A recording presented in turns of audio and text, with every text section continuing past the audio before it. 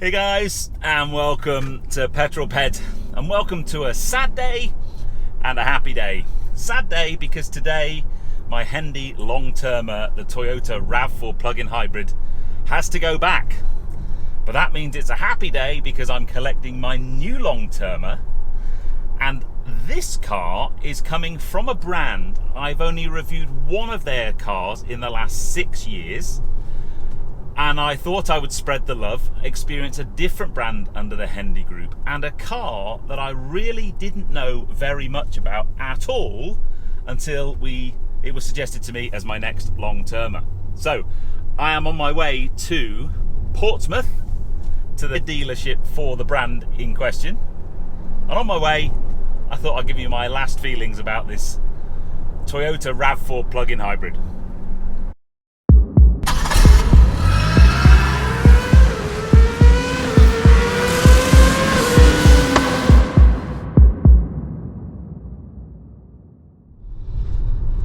So yeah, the RAV4, it's become a real part of our family actually. We love this car and we've had it quite a long time. I picked it up in mid-December and it's now kind of back end of April.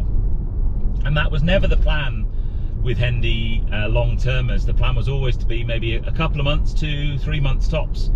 But the supply issues in the car industry at the moment just gave us big challenges with the replacement car. Although we decided on what the car was going to be some time ago, it took its time getting through the supply chain and was only really ready for me a couple of weeks ago. And today is the first time I was able to organise the collection.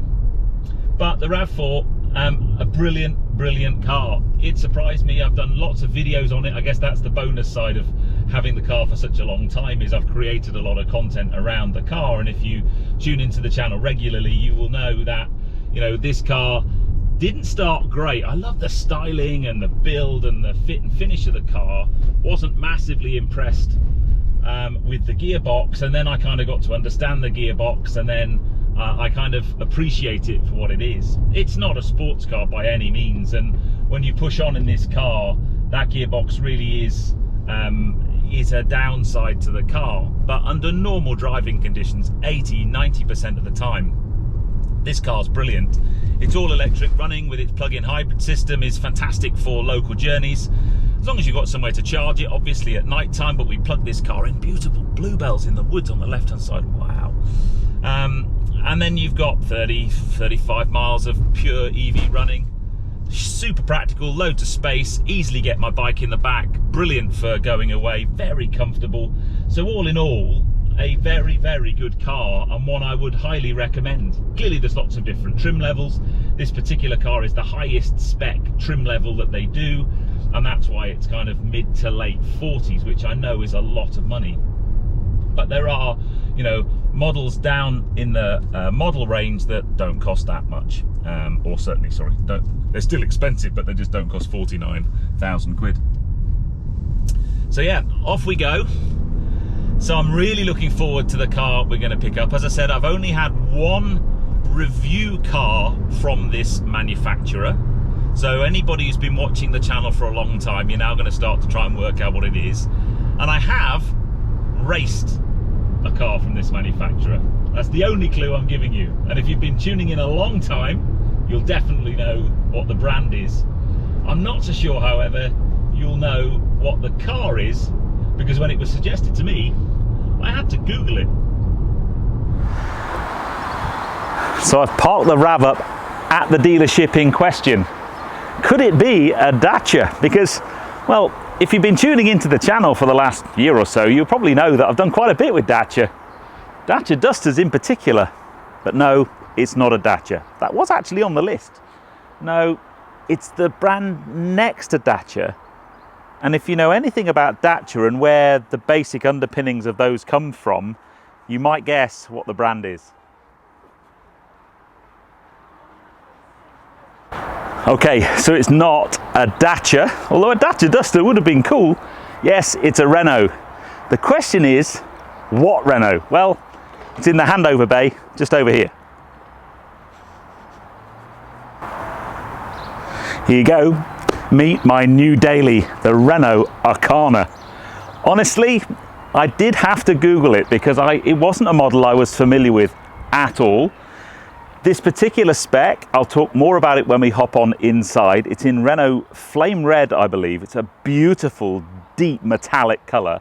And this is the RS line trim level, which is the top trim level you can get in the Arcana. And it's that compact SUV, so it will be really interesting to see putting it up against the Tucson that I had. It's a little bit smaller than the RAV4 I'm just getting out of. And this is also a hybrid, not a plug-in hybrid. But I think it's a handsome looking car. Lots and lots of spec on the car. Let's have a quick wander around the back, 3/4 view, and then we'll jump inside and talk more, because I think it's going to be really, really interesting, this car. As I said, the only Renault I've had on the channel up till now was the Renault Megane RS300 Trophy, which was unbelievable.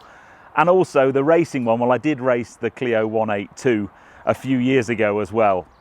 So if anybody guessed those two, congratulations. Let's have a look at the rear 3/4 view of this car. Now, I have been given the key, but it's one of these Renault, it's almost like a fat credit card. And basically, whenever you walk near the car opens. So as I'm walking around, it's opening and closing. But yeah, I love the rear 3/4 view of the car. I'll do a detailed review in a week or two's time once I've got under the skin of the car. But from the outside, I do love the colour and the spec. Privacy glass. These wheels are very nice. They've got this tiny little red accent just here, which sets them off really nice. Part of the RS line package, I believe. And then the compact SUV format comes round to the back. There's plenty of room in here for the puppies.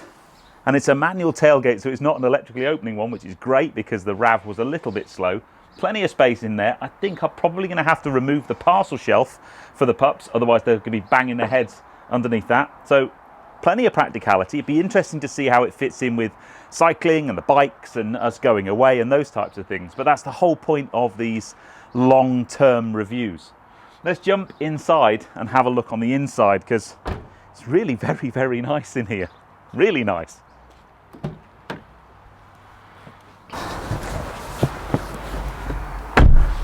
Now this is really nice in here. There's nice carbon fibre trim on the door, on the dash, lovely mix of leather and Alcantara on the seats, nice sporty inspired leather bound steering wheel. Oh no, there's no sunroof. I think Mrs. Petrol Ped might be a little bit disappointed in that. She does love her sunroof. But all in all, really lovely spec. Now, let me just quickly talk more about the different trim levels in the Arcana to familiarise you and me with the range. So the Arcana range, there are 3 different trim levels you can choose from and 2 different engine options. Trim level wise, it starts with the Iconic, it then goes to the S edition, and then finally this, the RS line. As you can imagine, as you go up the model range, you get more kit and the price goes up as well. But even the Iconic base level Arcana comes with lots and lots of really good equipment as standard. All the safety equipment you would hope these days: traffic sign recognition, lane departure warning, heated rear screen, parking sensors front and rear view camera, cruise control, touchscreen 7-inch display with Apple CarPlay and Android Auto, all as standard. The S edition adds to that some extras, including things like some tinting on the rear windows and tailgate, high beam headlights that are automatic, a speed limiter, blind spot warning. You get an upgraded synthetic leather steering wheel. You've got rear cross traffic alert. Need to look at what that is. That sounds good. Adaptive cruise control. And then the upgraded is then a 9.3-inch touchscreen from the S edition onwards. And then this car, the RS line, on top of that, you get things like a leather steering wheel, heated leather front seats, hands-free parking. Need to investigate that one. Flank protection. Sounds good. A Bose audio system. So yeah, it's a really interesting mix. Now, the thing that really is impressive is the RS line model that I'm sat in. On the road price, $32,995, which for the amount of kit and the fit and finish and the feel, I think that's a really, really good price. And if you consider that the RAV I've just come out of was £49,000, I think that's good. And one of the things I wanted to do with these Hendy cars is to bring normal cars that you might not see reviews of that much on the internet, but at price points that are, you know, not ridiculous. And I think modern day car in the kind of £30,000 to £35,000 price range, I think that is really good money today, because let's face it, a lot of people wouldn't pay £33,000. They put it on a PCP or on some kind of finance package, and it would be about residuals and monthly payments and so on. So yeah, there's a lot of kit in here. I'm not going to go through everything in here. This engine spec in this one is a 1.6 E-Tech hybrid. I think what I'm going to do with the engine side of things is I'm going to talk more about that once I've spent some time in the car.